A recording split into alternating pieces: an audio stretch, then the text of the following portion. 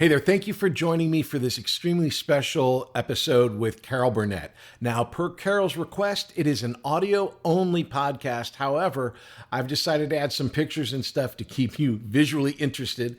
So please enjoy the podcast and understand that this was a request from Carol, and so I'm honoring that. But please enjoy the podcast, and here we go. From the heart of Hollywood, it's the Patrick Labyorteaux Show with Patrick Labyorteaux. It's the Patrick Labyorteaux Show. Patrick Labyorteaux, he's the one you gotta know. Tonight's episode, Carol Burnett. Patrick Labyorteaux Show, he's the one you gotta know. Act 1.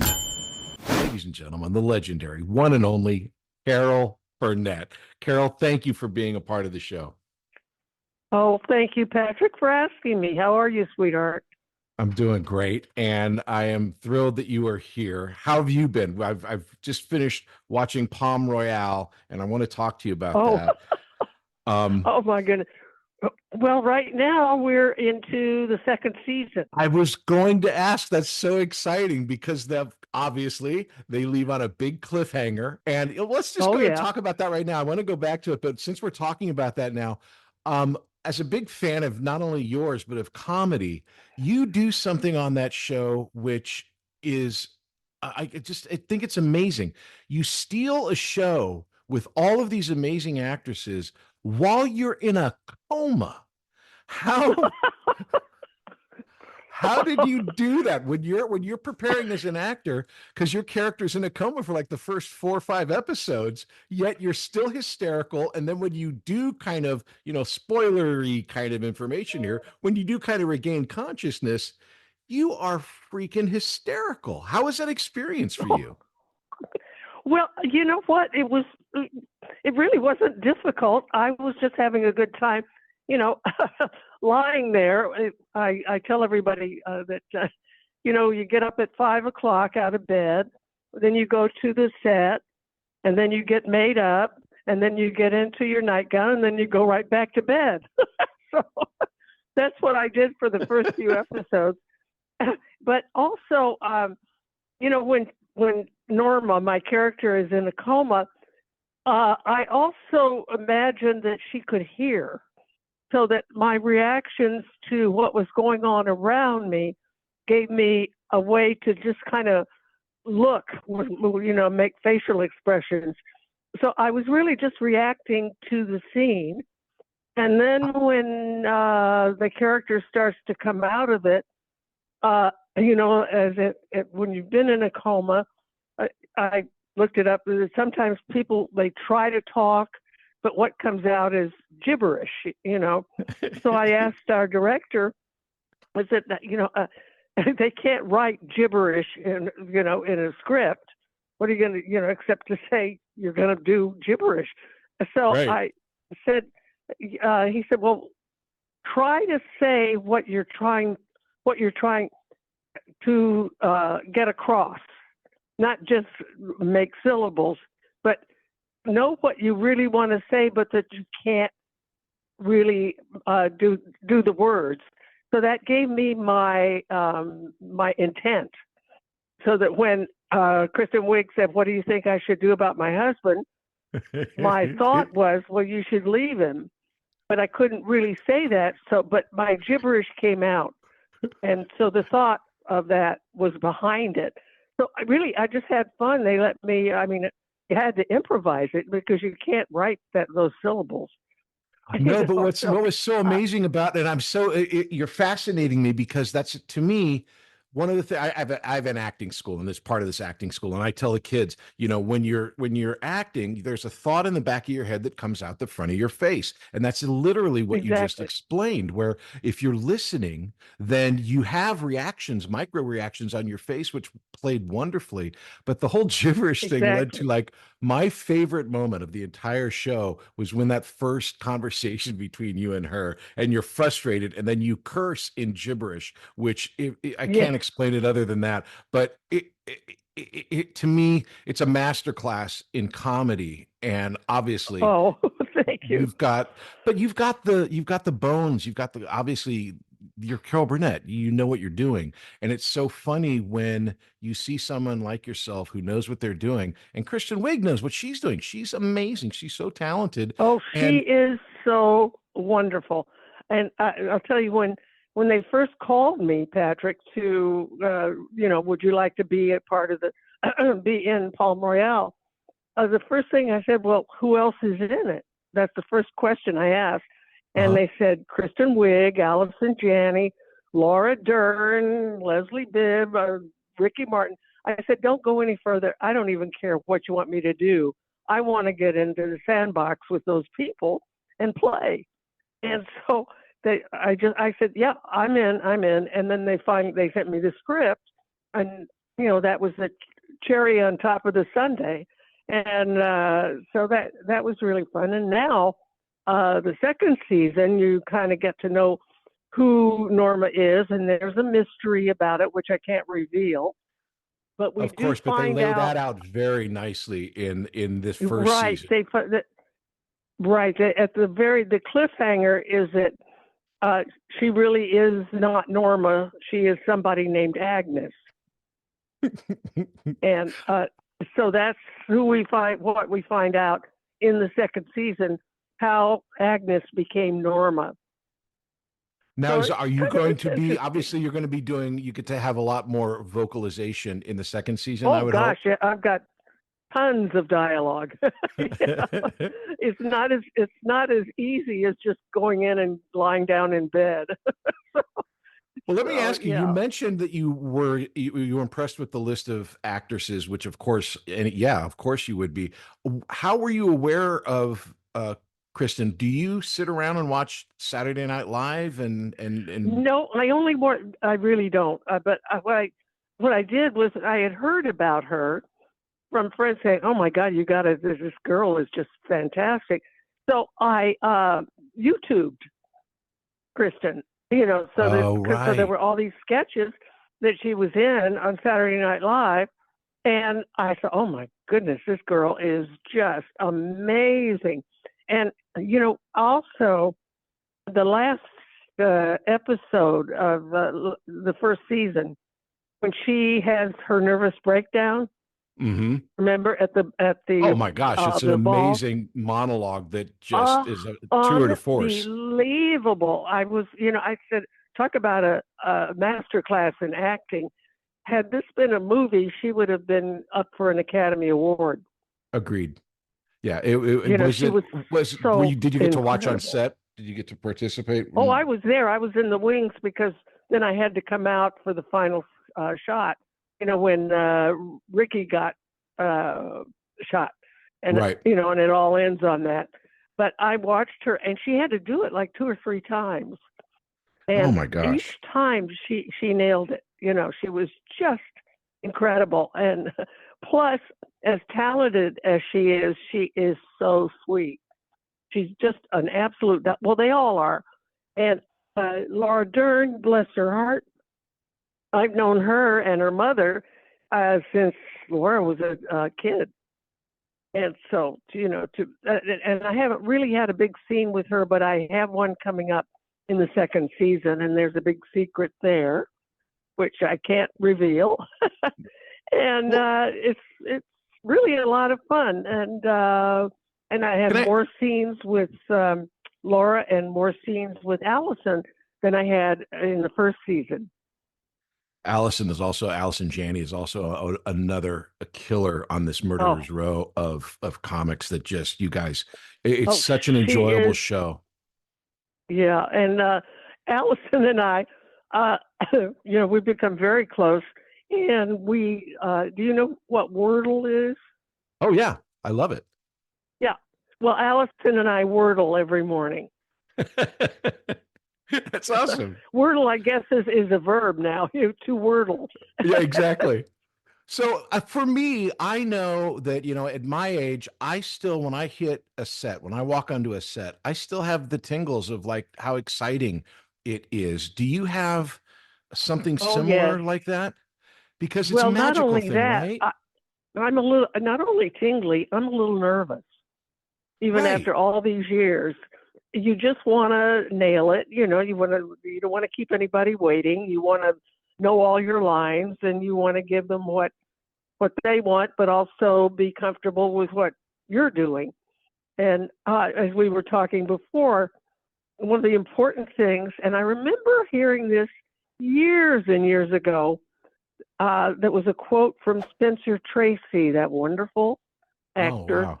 And they said, "What's your advice?" He said, "Hit your mark, know your lines, and listen." It's great. Yeah, I mean, Yeah. it goes exactly to what you were saying about even if you're in a coma, the whole idea of acting is reaction. I tell the students that, there's so much white blank space on a page because you're supposed to think of that as listening, and the rest of it is your Yeah. dialogue and everything. But that it's all about the connection between people. And you've had such a varied career where we also talk about tone, and like when you're on stage, your audience is many many feet from you, whereas when you're on Yeah. television the camera's closer, and when you're in film it's even closer, so your tone changes. We'll be back after these messages. Hey there, my name is Patrick Labyorteaux, and I play an actor on TV. And I also have this acting school called Working Actors School. And what we do there is we teach people to act using Zoom. So you can take an acting class with me and with a person in Connecticut, in Florida, and San Diego all at the same time, thanks to the miracle of Zoom. And I'm very excited to announce that we have a brand new class called Adult Weekly Class. Now, what is that? Now, that's a class that'll meet every Wednesday at 5:30 p.m. Pacific, and you come in and you have an hour-long acting class with other students. It's very, very simple, very, very fun. So if you've ever wanted to be an actor or try it or just mess around, these classes are great. So the Adult Weekly Class is going to be every Wednesday at 5:30 Pacific. Now come and check it out. It's going to be really fun. Go to workingactorschool.com. Check out the website. You can sign up for the class there. If you need any other information, there's a phone number and an email on the website. You can get it there. And we would love to have you come and try. Talk to you soon.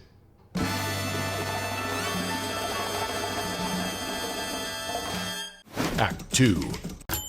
What is your favorite tone and area? I mean, you've done all of it, and I'm sure that each one is different, but do you have one format, whether it's stage, film, television, that you really like? I think it was when I did my show.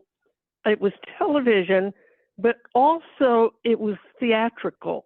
We did what I wanted to do was a musical comedy review every week, and the studio that we were in at Television City, CBS, Studio 33 was my favorite venue because it was like a little theater.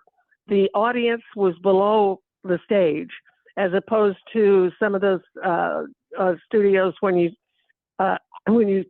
tape. They're the bleachers and they're looking in a down. three-camera show, they'll come into a regular soundstage and build out like a stadium seating where they're above you, as opposed to your theater setup. I never liked that. So Studio 33 in television was like a little theater, and so the cameras were never in the way of the audience. So they were looking at us as if we were a little Broadway show, and it was so we played it that way. And the cameras were to the side so that they were not, as I say, obstructing the audience view of the live actors. And then there were two cameras way behind the audience, for long shots. And we did it just like a Broadway show. I never wanted to keep our studio audience waiting. So we taped our show, we taped about an hour and 15 minutes because I did cute questions and answers, and then we would a lot, maybe 10 or 15 minutes worth, and then we would cut it down before for the air show. And we would, I used to make a bet with the stagehands that I could do a skin out costume change faster than they could move a couch across the room. I did not want to keep my audience waiting, and so as a result, it was kind of like a live show. Even if something went wrong, if a a microphone, a boom came into the shot, I didn't want to stop. I wanted to keep going. I didn't want to lose the momentum that the actors had. And so our audience saw a full theatrical production in about 2 hours, just as you would if you went to a Broadway show. So we were always out in time to take our guest stars to dinner. So it was. Yeah, I can imagine. Like yourself, I worked with Carl Reiner on a movie, Summer School. He directed us, and he had very Great. short shooting hours.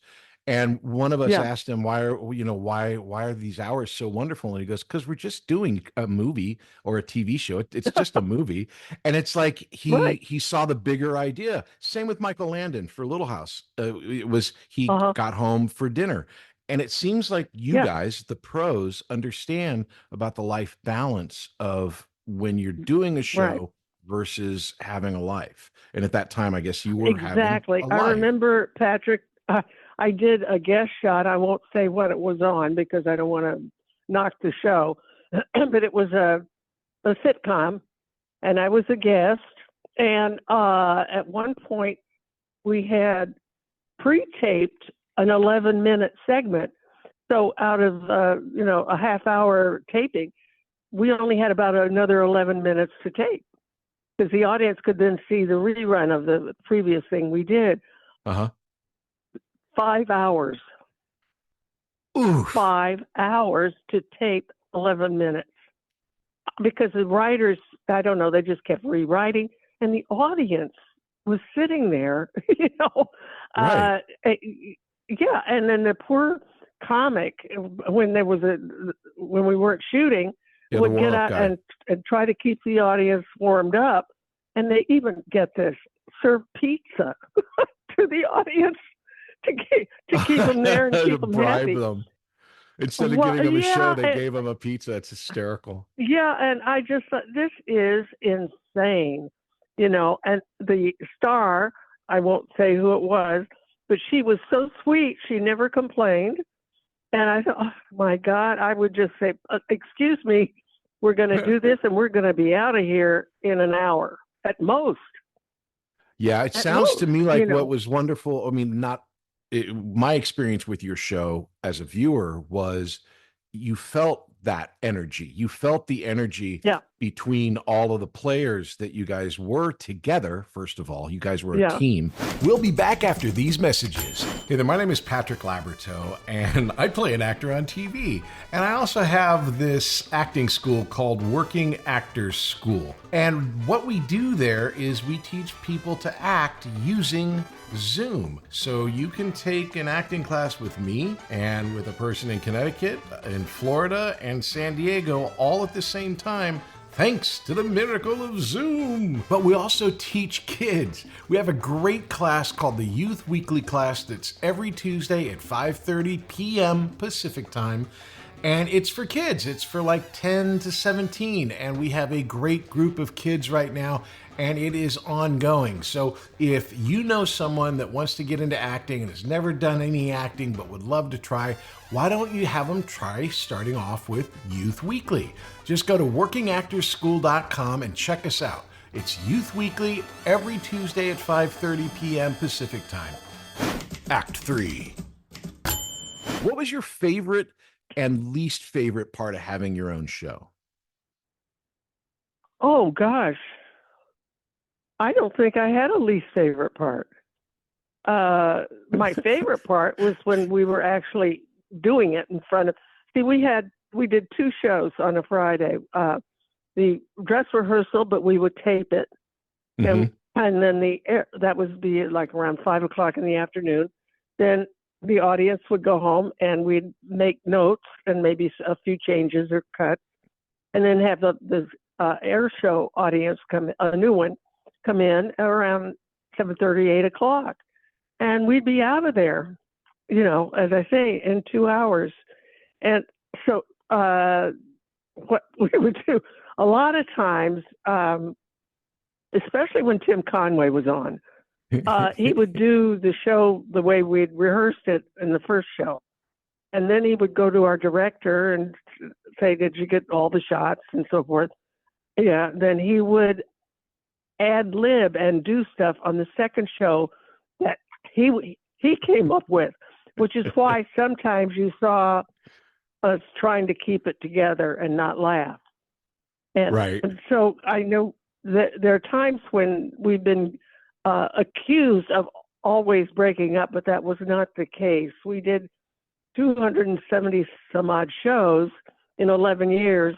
And I think as far as cracking up or breaking up, we didn't do it more than maybe 15 times out of 200 and something shows. And Right. it was mainly because Tim would get on a roll and do stuff that we'd never seen before.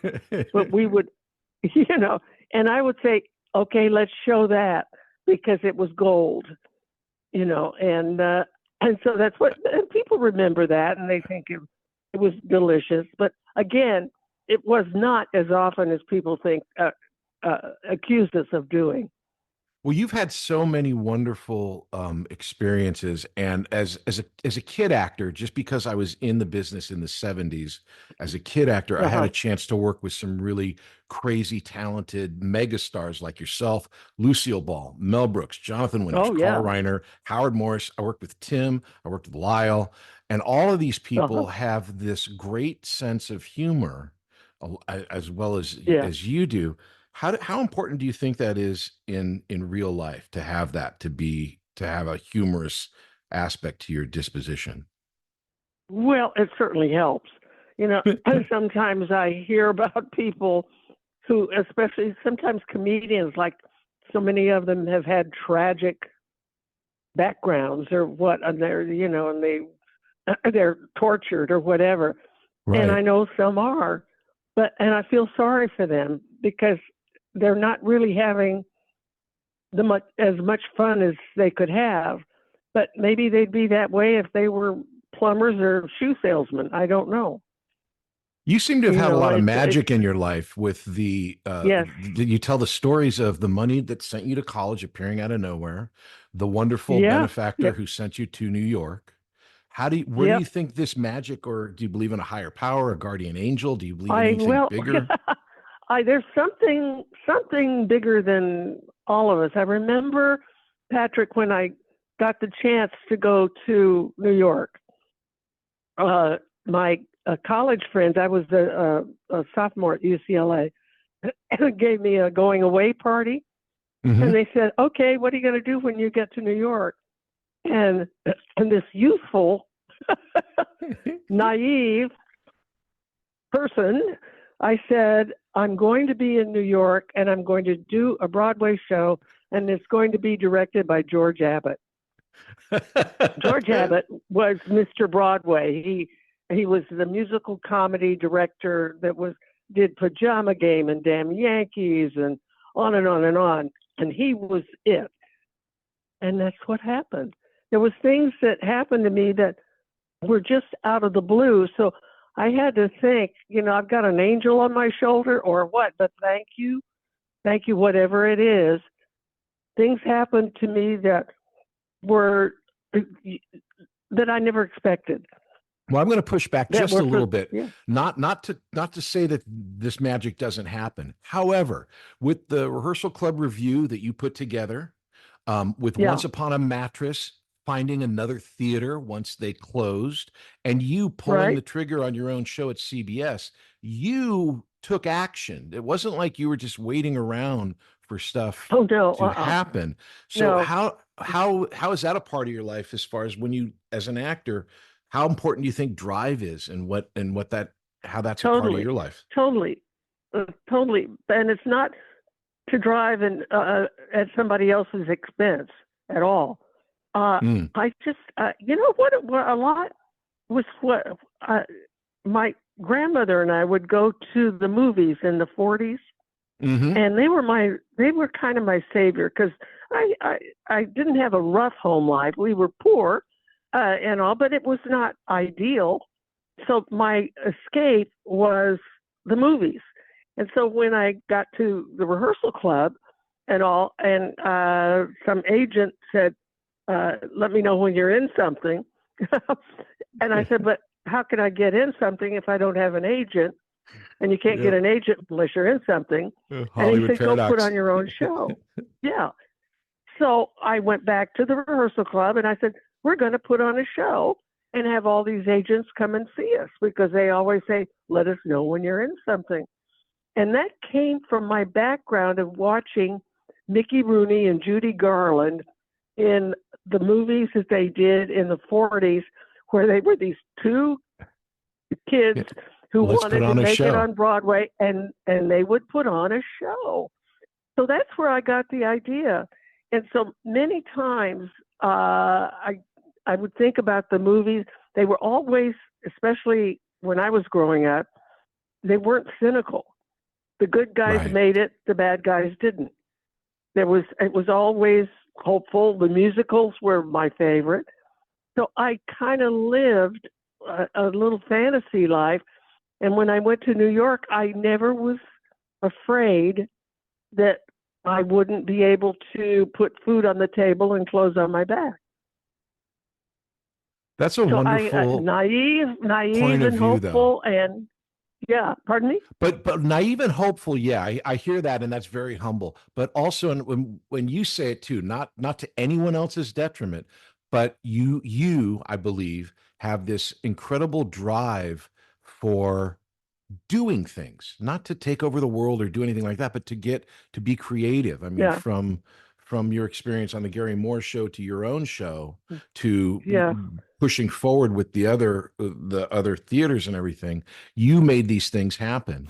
We'll be back after these messages. Hey there, my name is Patrick Labyorteaux, and I play an actor on TV. And I also have this acting school called Working Actors School. And what we do there is we teach people to act using Zoom. So you can take an acting class with me and with a person in Connecticut, in Florida, and San Diego all at the same time, thanks to the miracle of Zoom. Now, besides classes, I also offer a one-on-one session. It's an hour just between you and me working on a particular piece of material, whether it's for an upcoming audition or maybe you're working on something and you need to have that breakthrough moment. These are really, really fun, and they're really, really great because they're really personalized and intense in all the good ways that intense can be. So if you're working on something, if you want to break through, if you want to have a one-on-one session where you're not working with other people, this is the way to do it. All the information is in the classes page on workingactorsschool.com. Act 4, questions. Now, I know that we are almost out of time here, and we have a thing. Part of the show is the questions at the end. And this show, and this should be easy. There's no gotcha questions, just really, really fun questions. The first one is called That's Showbiz, and that is, what is the most Hollywood moment in your life? The most Hollywood? What? Yeah, like the most, the most Hollywood moment in your life. I think getting Once Upon a Mattress. Because I had said, you know, when I that I was going to be in a show directed by George Abbott. And so this one time in New York, I was up for another show called Babes in Arms that Richard Rodgers was going to show again. It had been an old show on Broadway, and they were going to take it to Florida, and it looks like I had a part in it. And the director wanted me, but then he called and he said, Carol, I'm sorry, you know, we're going to go to Florida to break it in, but they want to have a name. I did not have a name. And so I was really disappointed. And no sooner had I hung up the phone when it rang again, and it was the producers of a little show called Once Upon a Mattress. And they said, we're auditioning. Could you come down now to the Phoenix Theater and audition for George Abbott? Oh, my God. I got on the subway. I went down. I auditioned, met Mr. Abbott, got on the subway, came home, phone was ringing, and I had the part. Now, had I gotten the other part, I never would have gotten Once Upon a Mattress. So I think that's a Hollywood moment, if there ever was sure. one. A Hollywood moment on Broadway. I love it. The second question is, that's Showbiz Part 2. What's the most embarrassing Hollywood moment? Embarrassing? Oh, The front page, when I did that, I was terrible. You're so funny. You weren't terrible, but you didn't feel like it was the right part for you, or it just didn't fit or something. I thought it was the right part, and Billy Wilder, come on, and Jack Yeah. Lemmon and all. But I was nervous. I was so it just didn't. And so after it was released, I never wanted to see it because I knew how awful I was, and I certainly did not get good reviews and so forth. So now I'm on an airplane going to New York, and oh my God, the movie they're going to show was the front page on the plane. And the steward, at that time, they called them stewardesses. She said, "Oh, and we're going to have the movie, and one of the stars is with us today on the flight." Oh, Miss no. Burnett, and everybody turned around and smiled and waved. And I thought, oh, no, oh, my God. So now the movie starts and everybody pulls down their shades. And I just couldn't watch I was terrible. The movie ends, everybody puts the shades up, and nobody turns around to smile. So I went to the stewardess, and this is when you could do it. I said, "Could I just have the microphone? I'd like to address the passengers." And she said, "Oh, okay." So, I mean, you couldn't do that today. Right. She gave me the microphone, and I said, "Good afternoon, ladies and gentlemen. This is Carol Burnett, and I would like to apologize to each and every one of you for my performance in the film you just saw." And they burst into laughter and applause. That's the funniest thing I've ever heard. Oh my gosh, that's wonderful. I felt cleansed, Patrick. That's so funny. Yeah. The next question is, show me the money. What was your biggest missed financial opportunity? I'm not looking for numbers or any details, but like, did you have something that was like, oh, if I had only blanked? No, not that.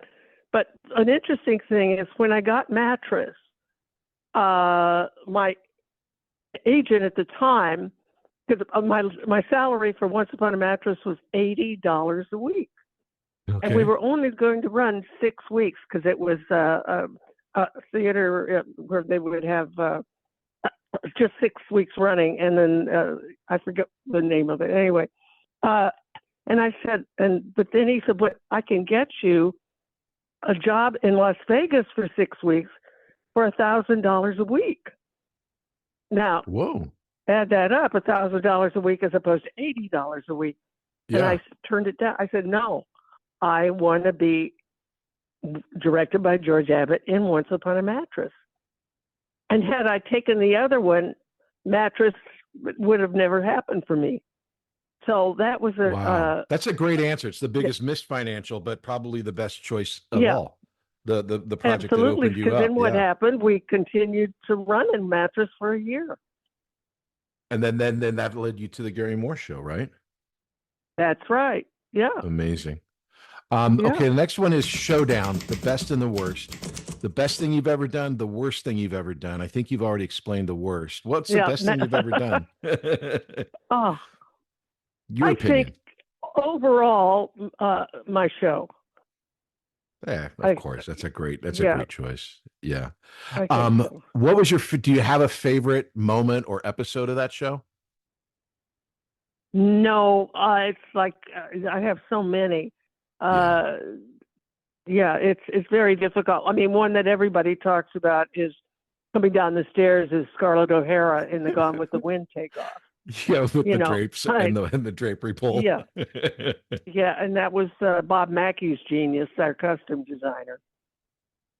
We'll get to this in just a second. We worked together on Eunice. How did the Eunice sketch originate for the show? Where was that grown? Why? That was when we were doing my show, and the writers, Dick Clare and Jenna McMahon, wrote this sketch about this dysfunctional family. And at first they wanted that I would play Mama, but Eunice spoke to me for some reason, And I just, my mother, bless her heart, she had a little bit of Eunice in her because she had dreams that never materialized. Although my mother Right. was quite beautiful and a little more, and certainly more sophisticated than Eunice, but it was the angst that drove me to want to play Eunice. So then we thought, well, okay, we'll get an older woman to play Mama. And it was Bob Mackey, our costume designer's idea. He said, oh, let's just put Vicky in a fat suit and take her eyelashes off and put her in a wig and let Vicky be Mama. She was 24. And so, and then Harvey, of course, was Ed. Uh-huh. And then we started to do it, and I thought we should have those Southern accents because it reminded me of a little bit of Tennessee Williams and Yeah. because there were no jokes in it. It was all character. No. I remember No when we jokes. first met. When I first met you, I explained to you, which is still true, that when it would come on, I would run from the room because I didn't get it. And it made me uncomfortable because it was a family fighting. And only when you're on the other side of it do you understand why it's funny. But as a child, I was terrified of it. Kind of last question was it's called the Patrick Labyorteaux Show, which is the name of the podcast. And so this session is Show Me Some Love. Why did you fight so hard for me to be in Eunice? Because you were good. I appreciate that. Just a little background. No other I answer. auditioned maybe 6 or 7 times for this thing. What was the as far as I was concerned? No, as far as I was concerned, you only had to audition once, but that was Disney. They just had to keep doing it, so that's why you had to audition so many times. Well, God bless you, because it was one of those life moments, career moments, to be able to work with you in such an iconic character. And Thank you, Patrick. It was a shame because as far as I understood, the show was affected by the writer's strike that was happening that particular year. Everything was ready to go. They had the scripts, and then it just didn't happen after that. But my experience with you on that show changed the way that I looked at the way I worked, comedy. I ended up going to the Groundlings because of you.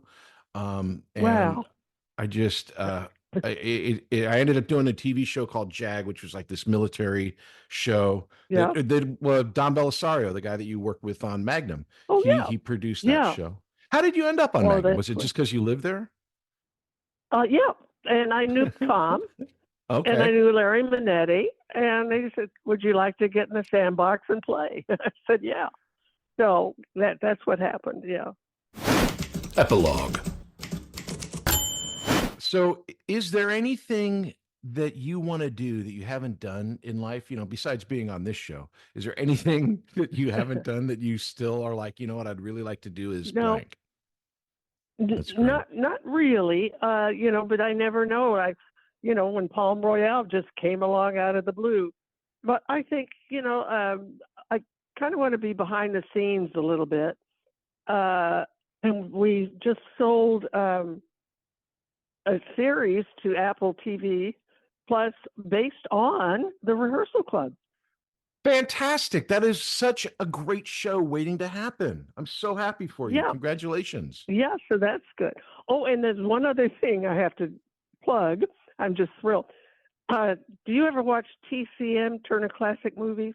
Yes.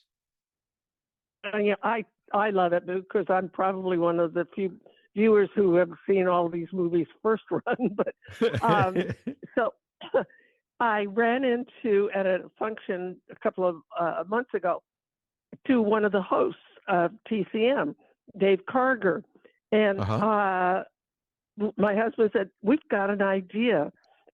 TCM sometimes they'll have the interviewers or the hosts interview Martin Scorsese or Steven Spielberg or so and so, and they'd talk about their favorite films and then they show them. I said, what if, for instance, I come on and I'm talking to Dave Karger, and then I talk about Mildred Pierce, okay, the Joan Crawford movie, and they would show the full Mildred Pierce come back, we'd talk a little bit more, and then they would show our takeoffs on Mildred Pierce. Oh, wow. That's so great. That's a So they great bought idea. it. So they're going to be doing it. They call it Sundays with Carol, and they're going to do Gone with the Wind and our takeoff, Mildred Pierce, Double Indemnity, The Heiress, Born to Be Bad, which was Joan Fontaine, Uh-huh. Court Song, A Double Life that was Betty Davis. So there are like 7 of them. They're doing with showing the full movie and then afterwards showing our send up.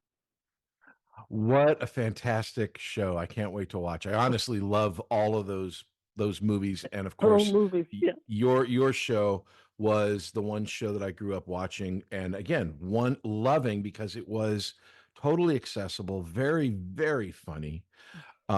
If you had to recommend one performance of yours that summed you up as a performer, and I know that that's not fair, but it's a good question. What would it be? Oh, honey, I can't answer that. Early on, it would have been Once Upon a Mattress. But Okay. there's so many different sketches and things that's kind of impossible. And one last Fair. thing, though, I get many times I get the question of how do you deal with rejection? Right. When you're auditioning for something and you think you've got it and you don't. Yeah. I remember early on when I was in New York, I can't remember what it was for, but there was something that I had read for, and it came down to Another Girl and Me. And I thought I had it, but I didn't. She got it. And Patrick, what saved me from being depressed, I don't know where this came from, but it's my advice to anybody that goes through that. What came to me was, you know what? It was her turn. It wasn't my turn. Right. So my turn, if I work hard enough, will come. But right now, I didn't get it because it was her turn. And that saved me from being depressed. What an amazing piece of advice. Thank you so much, Yeah. Carol. I love you so much. You've been such a huge part of my life, and I'm glad that I was just a small part of yours. But this was wonderful. People have been asking to hear from you, so thank you, thank you, thank you. Oh, my love to you and your family. It's the Patrick Labyorteaux Show. Patrick Labyorteaux. He's the one you gotta know. Hey, everybody, thanks for listening. I'm really, really glad you're here and checking out the podcast. It is an audio podcast wherever you get your podcasts. It's a video podcast over on YouTube or on Spotify or wherever you get the video ones. All of my socials are Working Actors School on TikTok, on Instagram, and on YouTube. Please check us out. If you want any information about the school, it is at workingactorsschool.com. We've got classes going on all the time. And again, thanks for listening, and we'll see you next time.